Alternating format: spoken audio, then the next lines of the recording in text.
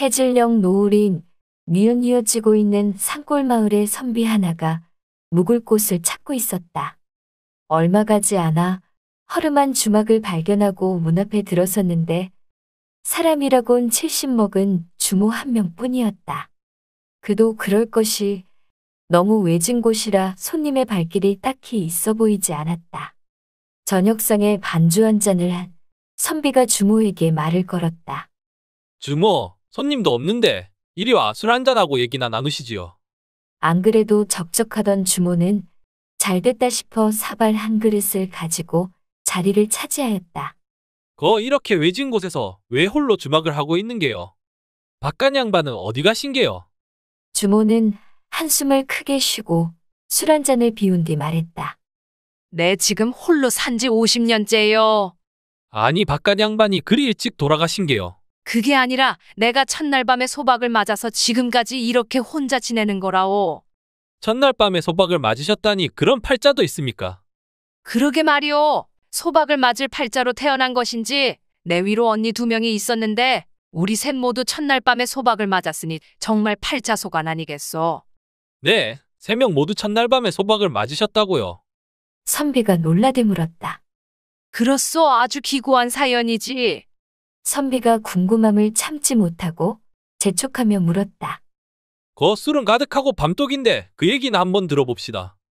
선비가 주모의 잔에 다시 술을 한 잔 가득 채웠다. 주모는 술잔을 시원하게 들이켜고 잠시 회상을 하며 망설이더니 곧 사연을 풀어놓기 시작했다. 주모의 집은 대대로 내려온 양반 가문에 딸만 셋이 있는 딸부잣집이었다. 그중 막둥이로 태어난 주모는 집안의 사랑을 듬뿍 받으며 자랐다. 하지만 그 행복도 얼마 가지 않았다. 주모가 8살이 되던 해 아버지가 세상을 떠나고 가세가 급격히 기울어져 갔다. 청상 과부가 된 어머니는 그 와중에도 자식들을 올바르게 길러내기 위해 피나는 노력을 했다. 비록 남편이 일찍 죽어 집안은 기울었지만 양반 가문의 뼈대를 잇지 않기 위해 더욱더 열심히 가르쳤던 것이다. 낮에는 글과 예절을 가르치고 밤에는 길쌈과 바느질을 가르쳐 주어 세 딸 모두 양가집 규숙감으로 손색이 없을 정도였다. 당시 어머니 교육이 얼마나 철저했는지 주모는 어머니에 대한 회상을 이렇게 말하는 것이었다. 우리 어머니는 교육뿐만 아니라 남자에 대한 경계심이 너무 철저해서 우리 세 자매는 결혼할 때까지 외간 남자의 얼굴을 정면으로 본 일이 없을 정도였다오. 주모 어머니께서 딸들에 대한 걱정이 대단하셨나 보. 대단하셨지. 그런데 그게 도리어 화를 가져왔지.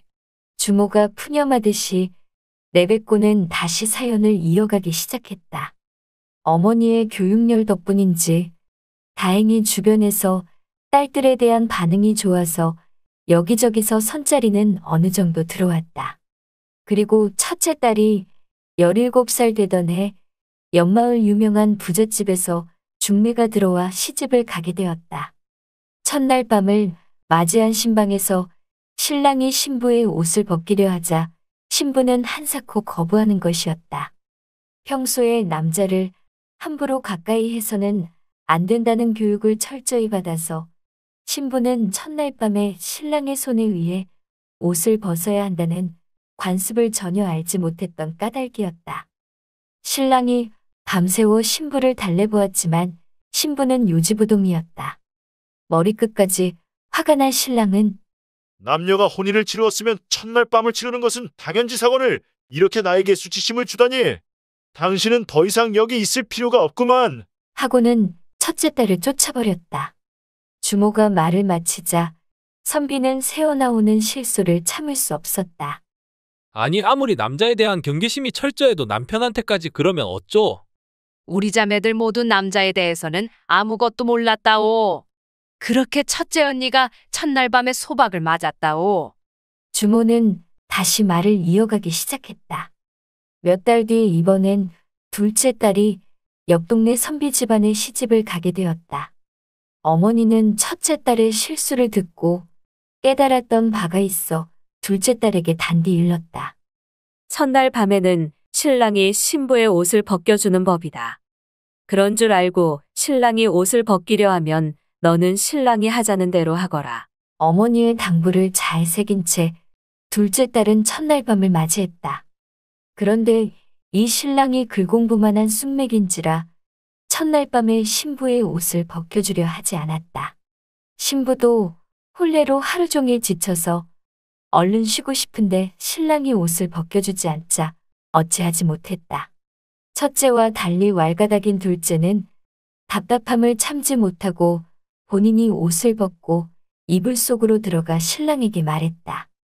저는 옷을 벗었으니 당신도 얼른 옷을 벗고 이불 속으로 들어오세요. 제 딴에는 첫째처럼 소방 맞지 않으려고 한 행동이었으나 선비는 그 모습을 보고 놀라 말했다. 아니, 자네는 남자 앞에서 이렇게 홀라당 먼저 옷을 벗나? 자네 행실을 보아하니 남자들 앞에서 어떻게 행동할지 알겠네. 그런 사람이 내 부인이 되는 건 난 원치 않네. 선비는 둘째 딸이 변명하기도 전에 자기 말만 하고는 나가버렸다. 이렇게 둘째 언니 역시 첫째 언니처럼 첫날 밤에 소박을 맞게 되었소. 주모가 말을 마치자 선비는 웃음을 참지 못하고 말했다. 아니 아무리 바깥 물정을 몰라도 두 언니분이 너무 몰랐던 거 아니요? 그럼 막내였던 주모는 먼저 상황을 다 알고 있을 터인데 왜 첫날 밤에 소박을 맞았소? 선비는 막내였던 주모 이야기가 더욱 궁금해졌다. 앞 상황을 모두 알아도 원체 셋 다 뭘 모르니? 도낀 객긴이었다오.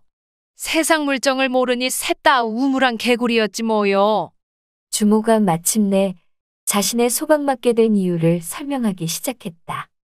두 언니가 모두 첫날 밤에 소박을 맞은 데다가 어머니마저 그 일로 크게 상심한 나머지 우라병을 앓았다.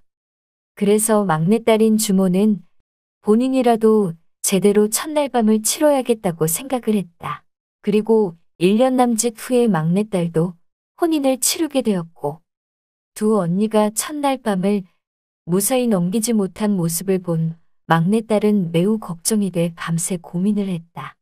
안 벗어도 안 되고 벗고 들어가도 안 되니 도저히 어떻게 해야 할지를 몰랐고 따로 물어볼 사람도 없으니 답답하기만 했다. 드디어 첫날 밤이 되어서 신방 앞에 머물던 막내딸은 나름 묘수를 떠올렸다. 상의는 벗고 하의는 입고 들어간 것이다. 첫날 밤에 소박 맞는 것을 피해보고자 제정신이 아닌 행동을 한 것이다. 신랑은 그 모습을 보고 눈이 동그라졌다. 아니 이게 무슨 해괴망측한 행동입니까? 아니 왜 옷을 반만 입고 들어오는 거요? 신랑은 막내딸을 미친 사람 쳐다보듯이 보고는 그대로 주랭랑을 쳤다. 주모 역시 두 언니와 마찬가지로 첫날 밤에 소박을 맞게 된 것이었다. 이게 우리 세자매의 운명인가 보. 말을 마친 주모는 깊은 한숨을 쉰 뒤 술 한 잔을 들이켰다. 선비는 눈물까지 흘리며 박장대소를 했다. 아니 정말 그렇게도 첫날 밤을 어떻게 치르는지 몰랐단 말입니까? 선비가 답답하다는 듯 물었지만 주모는 그 당시에는 누구 하나 제대로 알려주는 사람이 없어서 정말 방법을 알 수 없었다고 하소연을 했다. 선비는 웃으며 말했지만 속으로 생각했다. 아무리 사소한 거라도 배우지 않으면 알 수가 없고 무지하면 그만큼 대접받지 못하겠구나.